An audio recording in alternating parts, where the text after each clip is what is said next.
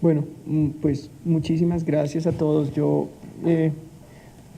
precisamente por esa conversación que hemos tenido y por todas las preguntas y comentarios y reflexiones que ustedes han hecho, es que creo en el poder del diálogo, es que creo en el poder que hemos ido alimentando y construyendo en Rodemos el Diálogo, y creo que si yo pudiera hacer una primera conclusión de lo que hemos conversado aquí, es que la conclusión es que pues nos tenemos que volver a sentar a seguir conversando. Es imposible agotar preguntas, es imposible hacer reflexiones más profundas sobre todos los últimos comentarios que se han hecho, y hay muchos otros que se quedaron en el tintero. Es decir, me alegra mucho porque creo que lo que demuestra este ejercicio es que sí hay una necesidad de que este no fuera un solo ejercicio como lo había planteado Douglas cuando hablábamos ayer, y me dijo: André, la idea es que esto no sea una sola vez, ojalá y pudiéramos hacerlo una vez al mes en la universidad, para que las personas que se involucren en esto empiezan a encontrar más y más herramientas para ver cómo es que ellos se convierten en esos ciudadanos activos que se informan más sobre lo que está ocurriendo y juegan un papel protagónico en la construcción de paz. Yo quisiera simplemente esbozar un par de comentarios, son más de un par realmente, son 6 comentarios, pero de cosas que se quedaron entre el tintero, que creo que se podrían profundizar mucho más, que creo que recogen algunas de las cosas que se han mencionado al final. Lo primero, y lo voy a hacer en orden de la agenda de paz de La Habana. Lo primero es que tú me hacías una pregunta sobre la distribución de la tierra. El acuerdo de paz en La Habana ha acordado una reforma rural integral que protege la propiedad privada legalmente adquirida, pero que lo que hace es fortalecer los mecanismos de extinción de dominio y expropiación de tierras que no cumplen la función social de la propiedad, y eso es ilegal en la Constitución Política de Colombia hoy, y la extinción de dominio es una figura que existe hoy que nos ahorraría muchísimos recursos, pero que no funciona bien, y estos dos mecanismos son esenciales para construir un fondo de tierras que han creado las partes para redistribuir las cargas, digamos, para redistribuir más de 8 millones de hectáreas que fueron ilegalmente despojadas de los campesinos colombianos. Estamos hablando de 8 millones de hectáreas, no estamos hablando de cualquier cosa, y esos 8 millones de hectáreas fueron ilegalmente despojadas por diferentes grupos armados en este territorio. Eso es, digamos, en grandes rasgos, que creo que lo podríamos discutir a mayor profundidad, porque también tiene que ver con temas de infraestructura, tiene que ver con temas de conectividad, cómo hacemos que para que uno tenga que sacar una carga de café entre Barbacoas, Nariño y Ricaurte, que son 40 kilómetros de distancia, un campesino no tenga que pagar un camión que se demora 20 horas en recorrer 40 kilómetros. Es decir, creo que eso es parte de la reforma rural integral que se ha acordado en La Habana, que se tiene que hacer, para lo que se necesitan ingenieros, sociedad civil y todo lo que ustedes quieran. Esa era la primera mención que quería hacer. La segunda cosa tiene que ver con los medios de comunicación. Tiene que ver con los medios de comunicación en clave del segundo acuerdo de La Habana, que es participación política. Yo creo que tú tienes toda la razón. El problema en Colombia que tenemos es profundo, porque hay unos medios de comunicación que no están interesados en informar, sino en hacer negocio, en la pauta publicitaria. Eso es una sinvergüencería que va en contra de la democracia, en contra de la cultura política. Para poder acceder a RCN o a Caracol, por ejemplo, hay que tener una gran cantidad de recursos para poder hacer campañas políticas en estos medios. No todo el mundo puede acceder a eso. No todo el mundo puede realmente tener unos canales de televisión donde los intereses de los grupos económicos que los controlan impongan la agenda noticiosa. Yo por eso tomé una decisión radical en mi vida hace 10 años, y fue apagar el televisor. Nunca más en mi vida, porque eso es un boicot. Eso funciona muy bien en otros lugares del mundo, cuando dicen tal compañía se comporta mal, usted no le compra.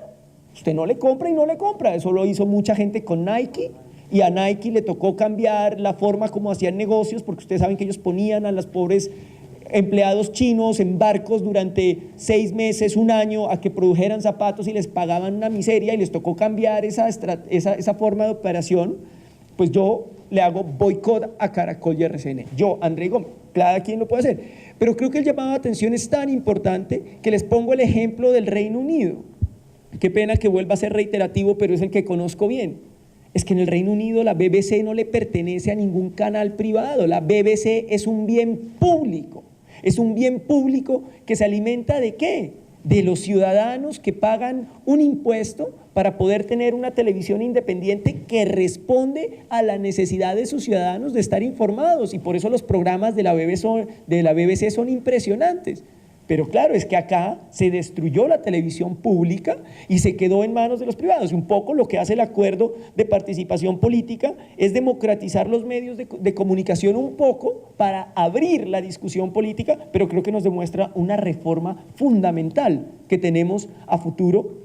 Y yo creo que los ciudadanos tienen digamos, como vivimos en una sociedad que es muy poco proactiva, no recurren a los medios de comunicación que están ahí y que se informan bien. Por ejemplo, a mí me parece muy útil La Silla Vacía. La Silla Vacía es un medio de comunicación donde a uno le dan una información, ¿no?, que le muestra diferentes aristas. Me parece que para el caso del proceso de paz, la página que se llama Pacifista, que es de Vice Colombia, es una página que ofrece diferentes visiones que uno no ve de otros lados. Entonces yo creo que uno de los ejercicios importantes sería también enfocarse más en la prensa escrita, en la prensa virtual, más que en los canales de televisión, que son los que realmente creo que tienen unas falencias enormes, como tú mencionas. Tercero, mire, yo entiendo el modelo de DDR y siento que, pues bueno, ustedes no necesariamente tienen que estar de acuerdo con las zonas. Yo realmente he tomado una postura frente a eso, y es: yo estoy de acuerdo con lo que acuerden las partes. Y las partes han acordado, después de muchas lecturas y de informes y de consultorías con expertos internacionales, que las zonas en territorios donde operan los grupos insurgentes son las mejores formas de normalizar los territorios y de que se transformen estructuras militares, que son militares y políticas, en estructuras políticas. En todos los casos de DDR alrededor del mundo que han fracasado por sacar a estas personas de su territorio y además por desestructurar las estructuras. Las grandes lecciones que han quedado es que las estructuras hay que mantenerlas, pero hay que mantenerlas sin armas y como estructuras políticas, sociales y económicas que llevan es que eso es, qué pena que lo ponga así, yo sé que ustedes no, de pronto están en completo desacuerdo, pero es que eso es un capital acumulado de 60 años. O sea, claro, nosotros lo estamos viendo con los ojos de la guerra como algo negativo, como es que esa fue la estructura insurgente que le hizo daño a algunos colombianos, porque a otros los benefició mucho. Vayan al Putumayo, vayan al Caquetá, donde construyeron 600 kilómetros de carreteras, donde llevaban plantas eléctricas, donde en esas zonas ellos son el Estado que nunca ha existido. Entonces, un poco es cómo yo llego y saco a esa gente allá, y entonces, ¿qué pasa con la gente? Entonces, ¿qué pasa con todo ese capital acumulado? No, la lógica de la construcción de Estado en estas sociedades hoy en día dicen que los procesos de desmovilización, desarme y reintegración tienen que ocurrir en las mismas zonas y tienen que ocurrir en clave de state building, de construcción de Estado. Es legalizar todo eso que es un paraestado en este momento y convertirlo en un Estado funcional, y eso le puede ahorrar a uno tiempo y esfuerzos.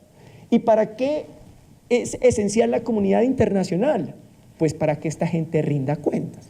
¿Para qué sirve la comunidad internacional? Para que lo que ocurre en esos territorios esté en el marco de la legalidad del Estado, que deje de ser un paraestado. Y por eso el acuerdo de las partes en La Habana es un acuerdo muy valioso en la medida en que le piden al Consejo de Seguridad de Naciones Unidas que cree una misión política de apoyo para que venga a hacer verificación de cese al fuego unilateral y definitivo y hacer verificación de la dejación de armas.